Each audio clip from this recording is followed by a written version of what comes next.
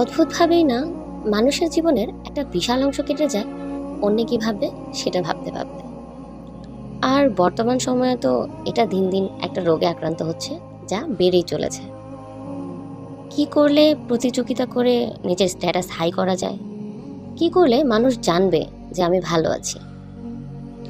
কেননা অন্য যদি না জানে তাহলে মনে হয় আমাদের ভালো থাকাই হবে না। হোক এতে করে আমাদের মনের শান্তি নাই মিলুক, হোক এই কাজ করতে গিয়ে আমাদের যত নিচেই নামতে হোক, হোক না কখনো আমরা এমন কোনো কাজ করি যেটা হয়তো আল্লাহ তাআলা পছন্দ করছেন না, কিন্তু মানুষ কী ভাববে সেটা ভেবে আমাদের করতেই হবে। ওই যে স্ট্যাটাস জাহির না করলে তো হচ্ছেই না। আর তারপর তো সোশ্যাল মিডিয়া আছেই।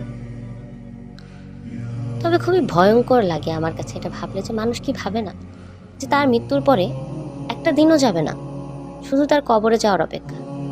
এমনকি অনেকে, এই মানুষগুলোর মধ্যে অনেকে নিজের ব্যস্ততার কারণে তাদেরকে হয়তো দেখতেও আসতে পারবে না। একটা সময় তাদের কথা মনেও রাখবে না কেউ, নিঃসন্দেহে সুখে জীবনযাপন শুরু করবে। যেই মানুষগুলোকে দেখাতে গিয়ে, শো অফ করতে গিয়ে আপনি বহু অন্যায় করেছেন, তাদের মধ্যে কেউ কি আপনার পেছনে দাঁড়াবে আপনার হিসাব দেওয়ার জন্য?